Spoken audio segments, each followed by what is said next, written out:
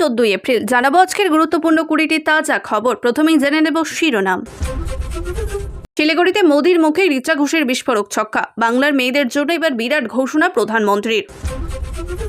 ট্রাইব্যুনালে আবেদনকারী 34 লক্ষ, তারা কি পারবেন এবার ভোট দিতে? কল্যাণ বিকাশের আর্জি পড়ে যা জানালেন সুপ্রিম কোর্ট। 21-এর নির্বাচনে ছিলেন বাংলার পর্যবেক্ষক, এবার দেখা নেই কৈলাসের, বললেন বাংলায় এলি গ্রেপ্তার। নরেন্দ্রপুরের ফ্ল্যাট থেকে যুবকের গুলিবিদ্ধ দেহ উদ্ধার, নৌপত্র ত্রিকোণ প্রেম। ডিটেনশন ক্যাম্পে যাওয়ার চেয়ে মৃত্যু ভালো, দল বেঁধে রাষ্ট্রপতির কাছে স্বেচ্ছা মৃত্যুর আবেদন। ভোটের এপিসেন্টার নন্দীগ্রাম, চোখ বেঁধে ভোট দিলেও আটঘাট চিনি, প্রচারে শুভেন্দুর গলায় ঝাঁঝ। গোন্ডাদের জন্য স্পেশাল গিফট, ভোটের আগে আমির মাধুরীর গান শুনিয়ে বর্ণাল মজুত রাখার পরামর্শ কমিশনের। আমি মুসলমানদের ভয় পাই না, 1000 কোটি টাকার ভিডিও ফাঁসের পর কি হুমায়ুনের রাজনৈতিক কেরিয়ার শেষ? ওলট পালট বাংলার নির্বাচনীয়। উল্টো করে ঝুলিয়ে সোজা করা হবে, বীরভূমের সভা থেকে তৃণমূলের গুন্ডা বাহিনীকে চরম হুঁশিয়ারি অমিত শাহের। উত্তরবঙ্গ নিয়ে মমতার সিক্রেট ফাঁস করলেন মোদি, 6 কোটি টাকার চাঞ্চল্য তথ্য ঘিরে তোলপাড় বাংলা। মমতার হাতেই 3টি রহস্যময় জিনিস কি, দাম জানলে আপনারও চোখ কপালে উঠবে। লোকসভা আসনের লড়াইয়ের পর বড় বিপদ পড়বে বাংলায়, রাহুল গান্ধীর এক সতর্কবার্তা তোলপাড় দেশ। বেকারত্ব ভাতা হবে 3000, প্রচুর চাকরি, বিজেপির ঘোষণার পরই যুবসাথী নিয়ে মমতা বললেন। ছাপ্পা ভোট আটকাতে ষড়যন্ত্রমুক্ত নির্বাচনের লক্ষ্য করা পদক্ষেপ জেলা প্রশাসনের। সায়ন্তিকা লড়াই 3 সজলের বিরুদ্ধে, বরানগরের ন্যামসেক বিতর্ক, ভোট এবার এস ফ্যাক্টর। বন্ধুত্ব অতীত, রাজ্যের এলাকা চলল নীতি, প্রচারে এসে একেবারের জন্য হুমায়ুনের নাম নিলেন না ওয়েসিস। ভোট শেষ না হওয়া পর্যন্ত জুডিশিয়াল অফিসারদের নিরাপত্তা বহাল। মোথাবাড়ি কাণ্ডে বড় নির্দেশ সুপ্রিম কোর্টের, আসছে বিস্তারিত খবরে। শিলিগুড়ির কয়লাখালীর জনসভা থেকে উত্তরবঙ্গের ক্রীড়া প্রতিভাকে এক অনন্য উচ্চতায় পৌঁছে দিলেন প্রধানমন্ত্রী নরেন্দ্র মোদী। তার ভাষণে বরাবরই উঠে এলো শিলিগুড়ির ঘরের মেয়ে, ভারতীয় মহিলা ক্রিকেটার দলে উজ্জ্বল নক্ষত্র রিচা ঘোষের নাম। রিচার ব্যাটের সেই বিধ্বংসী ছক্কা এবং অকুতোভয় মানসিকতার ক্ষোভ দেশের প্রধানমন্ত্রীকে অনুপ্রাণিত করেছে, যা এক বাক্যে স্বীকার করে নিলেন তিনি। কিন্তু রিচার এই সাফল্যকে কেবল ব্যক্তিগত কৃতিত্বতে সীমাবদ্ধ না রেখে মোদীকে বাংলার কোটি কোটি মেয়ের আত্মবিশ্বাস এক নতুন বেঞ্চমার্ক হিসাবে উপস্থাপন করেছেন। প্রধানমন্ত্রী তার স্বাভাবিক সিদ্ধ ভঙ্গিতে জনসভাতে সম্মেলন করে বলেন, উত্তরবঙ্গের মেয়ে রিচা ঘোষ যখন 22 গজে দাঁড়িয়ে লম্বা লম্বা ছক্কা হাঁকায়, তখন তার সেই লড়কু মেজাজ এবং আত্মবিশ্বাস দেখায় মনে হয় আমি ব্যক্তিগতভাবে এই রিচার অদম্য জেদ এবং আত্মবিশ্বাসের অত্যন্ত অনুপ্রাণিত। মোদীর এই স্বীকারোক্তিকে শিলিগুড়ির জনতাকে উচ্ছ্বাসিত করে তোলে।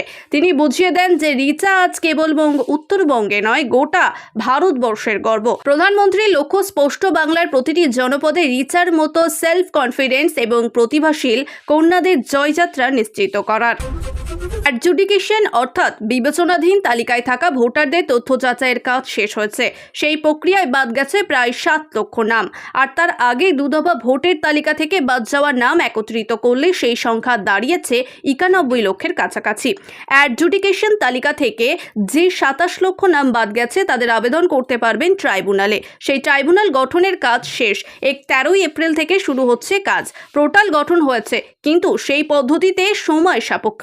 এবার সুপ্রিম কোর্টের প্রধান বিচারপতি বেঞ্চের সামনে ট্রাইব্যুনালের আবেদনকারী ভোটারদের এবারের মতো ভোট দেওয়ার আর্জি জানালেন কল্যাণ বন্দ্যোপাধ্যায় এবং বিকাশ রঞ্জন ভট্টাচার্যর। তাদের আবেদনের পরিপ্রেক্ষিতে কি জানালো আদালত? এদিন শুনানি চলাকালীন প্রধান বিচারপতি সূর্যকান্ত জানান, 3 বিচারপতি এবং বিচারক নিয়ে কমিটি গঠন করে পদ্ধতিগত বিষয় চূড়ান্ত করা হচ্ছে বলে তাকে জানিয়েছে কলকাতা হাইকোর্টের প্রধান বিচারপতি। যেখানে 10ই এপ্রিল ইন্সপেকশন, সেখানেই ট্রাইব্যুনাল চলবে। রিটেক, যেখানে 10ই এপ্রিল ইন্সপেকশন, সেখানেই ট্রাইব্যুনাল চলবে। গতকাল ট্রাইব্যুনালের পরিকাঠামো চূড়ান্ত হয়ে যাওয়ার কথা ছিল। 17 জন অবসরপ্রাপ্ত বিচারপতি এবং বিচারকদের পিলেট ট্রাইব্যুনালের পোর্টাল হ্যান্ডেল করার প্রশিক্ষণ দেওয়া হচ্ছে বলে সুপ্রিম কোর্টকে জানানো হয়েছে। 13 এপ্রিল পর্যন্ত 99.69% অ্যাডজুডিকেশনের কাজ শেষ হচ্ছে। রিটেক, গতকাল পোর্টাল ইন্ট্রোডাকশন সেকশন হয়ে গেছে। প্রাক্তন বিচারপতি এবং বিচারক যারা ট্রাইব্যুনাল চালাবেন তাদের পোর্টাল সম্পর্কে সম্পর্কে হাতে কলমে পরিচয় করা হয়েছে। আজ সোমবার থেকে ট্রাইব্যুনাল ফাংশন শুরু হবে। ভোটবঙ্গে লড়াইয়ের ময়দানে কোমর বেঁধে নেমেছে বিজেপির কেন্দ্রীয় নেতৃত্ব। প্রধানমন্ত্রী নরেন্দ্র মোদী, কেন্দ্রীয় স্বরাষ্ট্রমন্ত্রী অমিত শাহ থেকে একাধিক নেতা মন্ত্রীর ভোটের প্রচারে আসছে বাংলায়। এদিন 2 থেকে 3টে সভা করেছেন, কিন্তু এবার ভোট প্রচারে দেখা যাচ্ছে না কেন্দ্রীয় মন্ত্রী কৈলাস বিজয়বর্গীয়কে। অর্থাৎ গতবারের মতো বাংলার ভোটে পশ্চিমবঙ্গের দায়িত্বপ্রাপ্ত বিজেপির কেন্দ্রীয় পর্যবেক্ষক ছিলেন, অথচ এবার নির্বাচনে তার দেখা নেই, প্রচার তালিকায় তার নামও নেই। কিন্তু কেন? বাংলার প্রচারে এলো নাকি গ্রেপ্তার করা হবে, এমনই বিস্ফোরক দাবি করেছেন খোদ বিজেপি নেতা কৈলাস বিজয়বর্গী। শুধু তাই নয়, তাকে খুনের পরিকল্পনা করা হয়েছে বলে দাবি করেছেন। ভোপালে গত শনিবার সংবাদ মাধ্যমের মুখোমুখি হয়ে মন্ত্রী কৈলাস বিজয়বর্গী বাংলার প্রচারে না আসার কথা কারণ ব্যাখ্যা করেন। তিনি জানান, বাংলার তার বিরুদ্ধে একাধিক মামলা রয়েছে, গ্রেপ্তারি পরোয়ানা জারি করা হয়েছে। তিনি বাংলায় এলে পুলিশ তাকে গ্রেপ্তার করবে, এমনই আশঙ্কা প্রকাশ করেছেন। কৈলাসের দাবি, দল তাকে পশ্চিমবঙ্গে যেতে বারণ করেছে। কৈলাসের বিরুদ্ধে 38 মামলা বিজেপি নেতা কৈলাস বিজয়বর্গীয় জানিয়েছেন। পশ্চিমবঙ্গে তার বিরুদ্ধে 38 মিথ্যে মামলা দায়ের করা হচ্ছে। নতুন ঝামেলা এড়াতে দল তাকে বাংলায় আসতে নিষেধ করছে। দল আশঙ্কা প্রকাশ করেছে তার বাংলার সফর আরেকটি বিতর্কের জন্ম দেবে, তাই যে কোনো নতুন বিতর্ক এড়াতেই তাকে বাংলায় আসতে বারণ করা হয়েছে। নরেন্দ্রপুরের যুবকের রহস্যময় মৃত্যু। ফ্ল্যাট থেকে উদ্ধার তার গুলিবিদ্ধ দেহ। মৃতর নাম অরূপ মণ্ডল, বয়স 37। ঘটনাস্থল থেকে উদ্ধার হয়েছে 2টি অগ্নিঅস্ত্র এবং রাউন্ড এন্ড গুলি।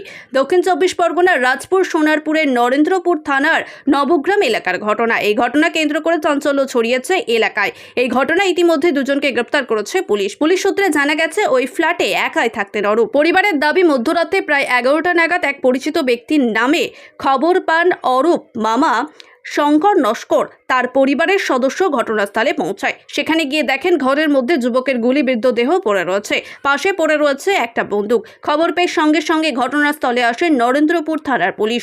দেহটি ময়নাতদন্তের জন্য হাসপাতালে পাঠানো হয়েছে।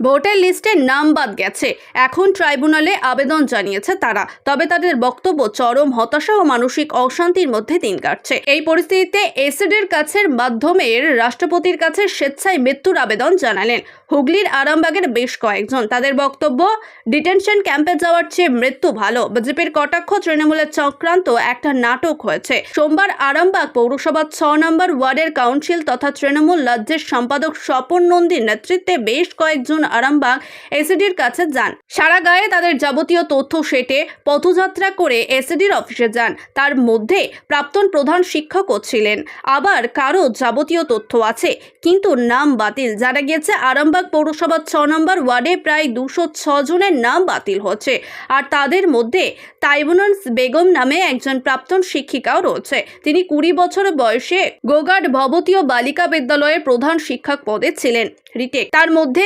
তাইবুনস বেগম নামে একজন প্রাক্তন শিক্ষিকার নাম রয়েছে।